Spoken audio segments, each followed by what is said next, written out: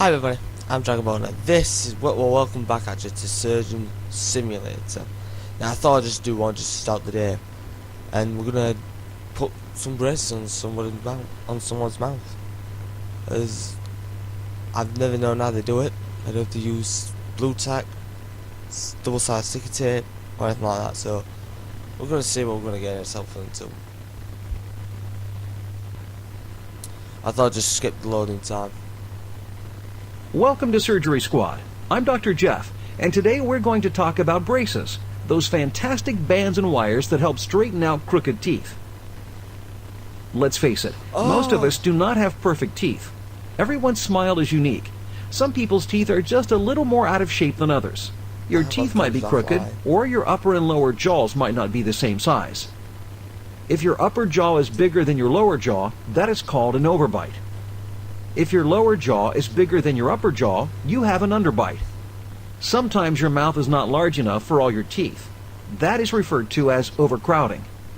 In all of these cases, the problem can be fixed with braces. Braces are a series of brackets, wires, and bands that are used to guide your teeth back into the correct position. This improves looks, makes it easier to chew, and at times even improves speech. Our patient today has what looks to be an overbite. We want to see how noticeable it is. We'll start by getting a record of the current state of her teeth in many ways, including x-rays, impressions, and photographs. We'll start by taking some x-rays. A lot of information. What's this doing? I don't like surgery on dental. I told you on the last video I don't. Anything to do with the head, I hate it. Poof, the fuck right out.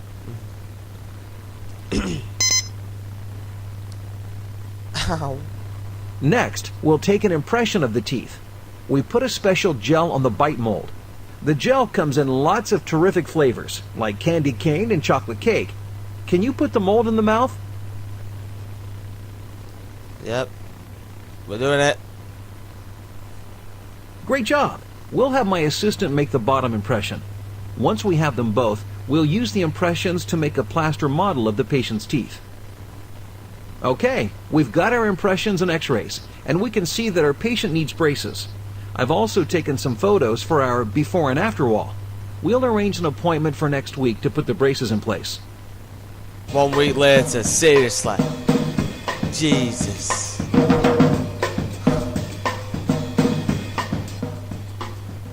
Our patient is back, and we're ready to put on her braces. In some cases, a patient may need spacers placed between the teeth for a week to create more room for the bands. Our patient does not. We'll start by polishing all the teeth. Making sure there is no debris on the teeth will ensure that the braces adhere better. Run the polisher over the teeth to clean them. It's the best, I'm just...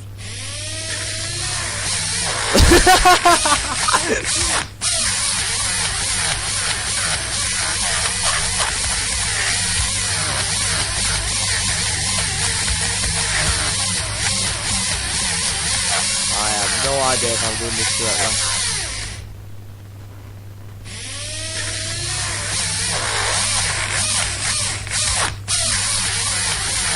It's like an egg in this.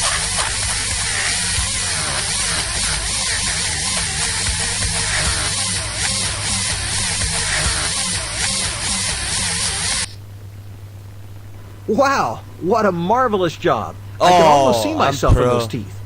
We need to put on some molar bands to anchor the braces. They circle the whole tooth and have a hook on the outside of the tooth. Slip the molar band over the tooth. We'll cement it into place later. Right.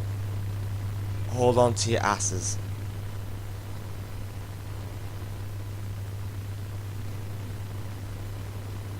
We've not even anesthetic. Great. Now we can start putting the bonded brackets on the rest of the teeth. We've placed a lip guard over the teeth to give us room to work. Let's rinse off the teeth. Can you spray them with water? I'll run the suction to remove the water.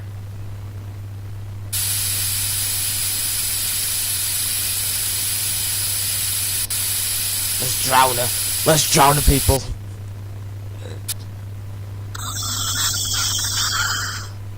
Let's spray some air to get the teeth nice and dry. Can you handle that for me? Yeah.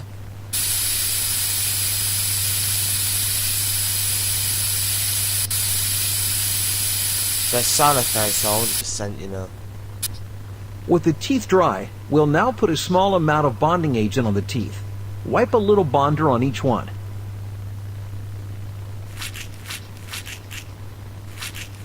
Skips it. Gotta do it right. We let the bonder dry for a minute or two so that it is sticky. Then we place a bonded bracket onto it.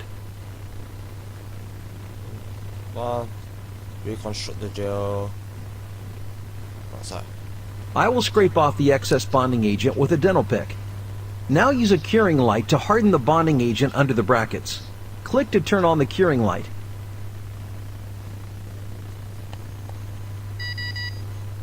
Clear. Clear.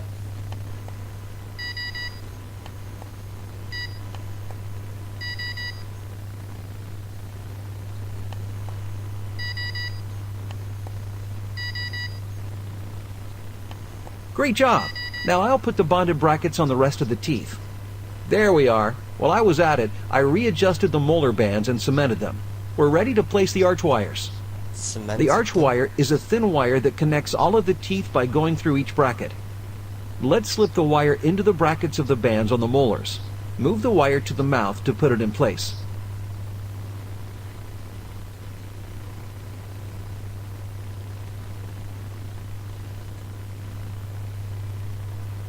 Good job! We do not want the wires to poke our patient, so now that they are all snapped into place, I'll reduce the ends by clipping them off with pliers. And there we are. The arch wire is in place. Now we'll use elastic ligatures to make sure the arch wire does not fall out of the band. The ligatures are little rubber bands we snap over the front of the bonded bracket using a different pair of dental pliers. Now you try. Place the ligature over the brackets indicated. You try.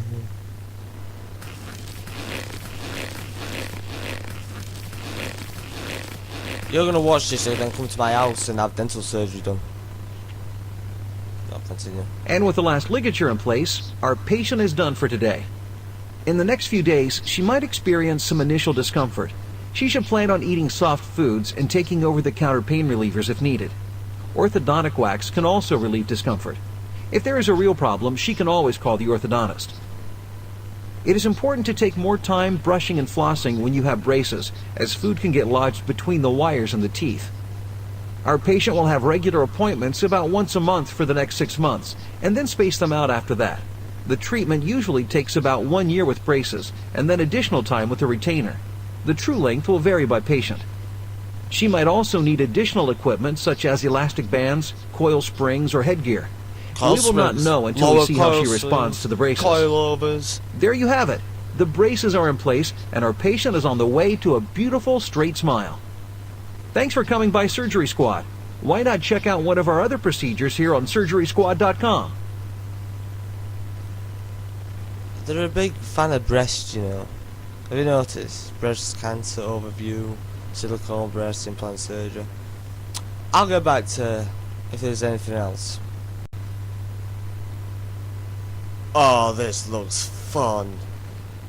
Oh, this looks epic.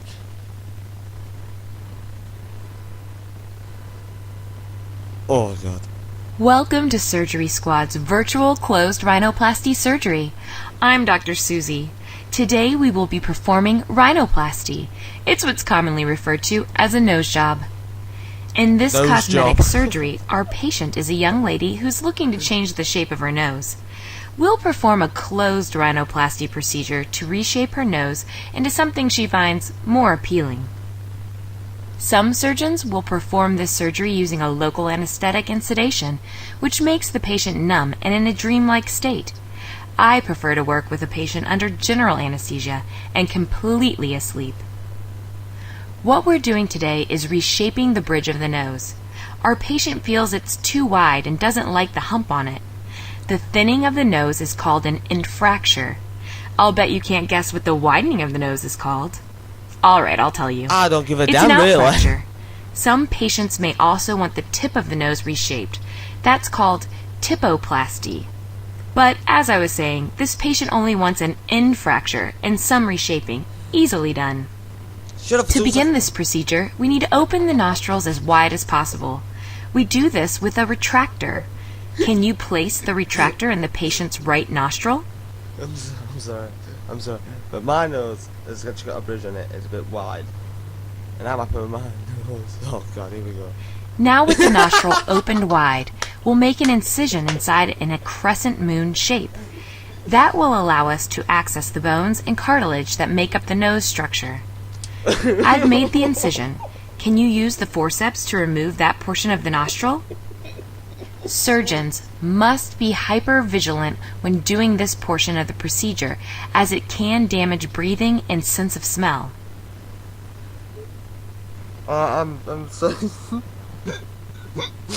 If you can't laugh at this, then you have no sense of humor. To reshape the nose, we're going to chip off the dorsal hump with a chisel tool called the osteotome. We place the osteotome at the base of the hump and then carefully tap on it with a small rubber mallet. This has to be done very gently and takes a careful touch. We don't mean like a I'll snap on position blue the point hammer. osteotome and you tap the end with the hammer. It's not like a snap on hammer where it's like a big... I ain't got roommates in my room, but I'd show you what hammer I always use.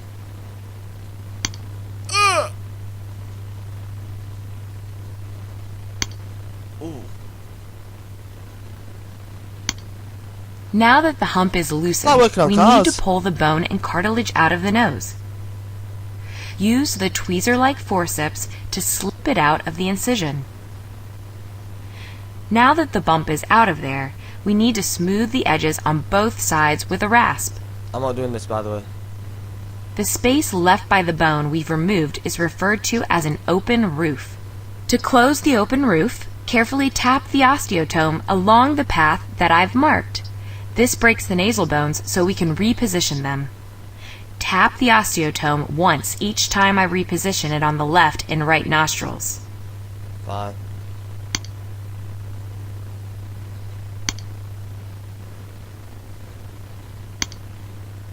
Now that the bones are broken, I just take my fingers and reposition them to close the open roof.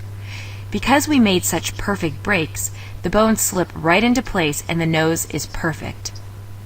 It's still got a lump though. A few stitches to close up the incisions, and then we place nasal airway splints in each nostril to hold things in place. Steri-strips go across the nose, and an external nasal splint is added to hold everything tight. Our patient will have some bruising and minor pain for a few days. We'll remove the splints in about a week. Most of the swelling will be gone by then, but there can be a bit left for a few months. And there we have it.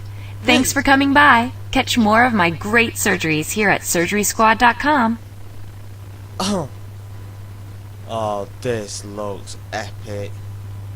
This looks total. That looks. Oh my god. Learn about injecting Botox into patients. Start helping. Look, the best. We're gonna do one more. And she's looking at you going, I am fooled.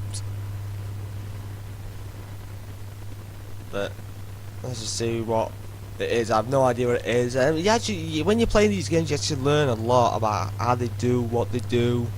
You learn a serious lot. I'll leave a link in the description below if you want to play it. I did say in the last video playing the the A10 ones, but I thought let me see what else there is on there. Welcome to Surgery Squad's virtual cosmetic Botox procedure. I'm Dr. Susie, and I'll be assisting you with the injections today. Anabotulinum toxin A, commonly known as Botox, What is it with long is a words? powerful neurotoxin that is seriously. produced by bacteria that develops in smoked meats, such as sausage. Luckily for the millions of people receiving Botox injections each year, scientists have found a way to safely use it, not only for cosmetic purposes, but for medical conditions as well. The most common areas for a patient to receive Botox and cosmetic treatments are between the eyebrows, the outer corners of the eyes, known as crow's feet, and the forehead. It works by relaxing the muscles that cause skin to crease. The ideal candidate for Botox injection is someone that is in good physical and emotional health, and is realistic about the results of the Botox treatment.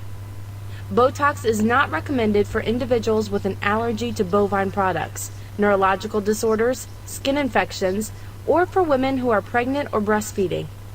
Those taking medications need to consult their physician before getting Botox.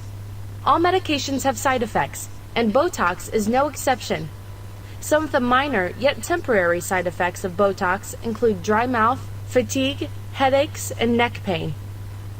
Some of the more serious side effects include problems swallowing, speaking, or breathing. In these cases, a patient should seek medical attention immediately. And remember, Sounds only like a a stroke. licensed physician should be administering Botox injections. Depending on the laws and regulations in your area, other healthcare professionals, such as registered nurses, medical assistants, and nurse practitioners, may be permitted to give Botox injections under close supervision of a licensed physician. If you're ready, let's scrub in. To begin, we'll use an alcohol wipe to cleanse the area that we'll be putting the injections into. I know this video is gonna be long. I know it is, but you know it's. You need to take literally serious. These are gotta be serious, you see. After using an alcohol wipe to cleanse the skin, we'll need to wait a few seconds before we can inject the Botox. Oh my gosh, you fell to the This mouse. is Look. because alcohol can denature the Botox, causing it to lose its effectiveness. When injecting Botox into the patient's skin, make sure that you're injecting away from the eye and never towards the eye. We'll immediately clean the injection area Jesus. with a damp piece of gauze. We don't want to use alcohol wipes because, as we stated before, the alcohol will cause the Botox to lose its effectiveness. Now you take a stab at injecting Botox into Take a stab. Have you heard it? Take a stab.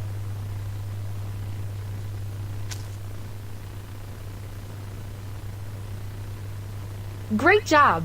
Now finish up this side and we'll move on to the other side of the patient's face. Jesus. Ah! I'm sorry, love. I am so sorry. I do apologize. Oh, this is torture. This. And to be truthful, I just prefer to remain blind. That odd. I just prefer to remain blind. I mean, I seriously would. Ow. It's like sewing it. I like to play a game. I hate needles. Let's do the other side now. Oh, come on! I thought I'd just skip that bit for you, you know.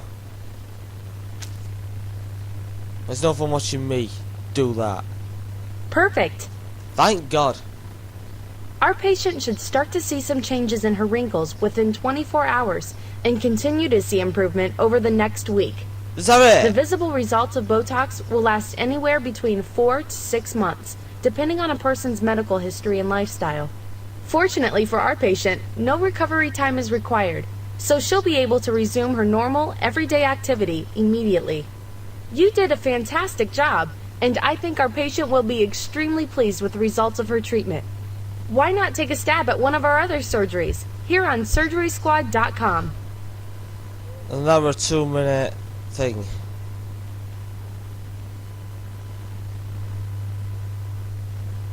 I'm gonna leave it here. I'm done. I'm done with surgery. Especially that nose. That nose one was the best. Just listen nozzle. That were awesome. That. Anyway, I'll leave a link in the description below, and I've played it yourself. I mean, no harm in learning. Anyway, thank you all for watching, and I will see you in the next episode. Bye bye.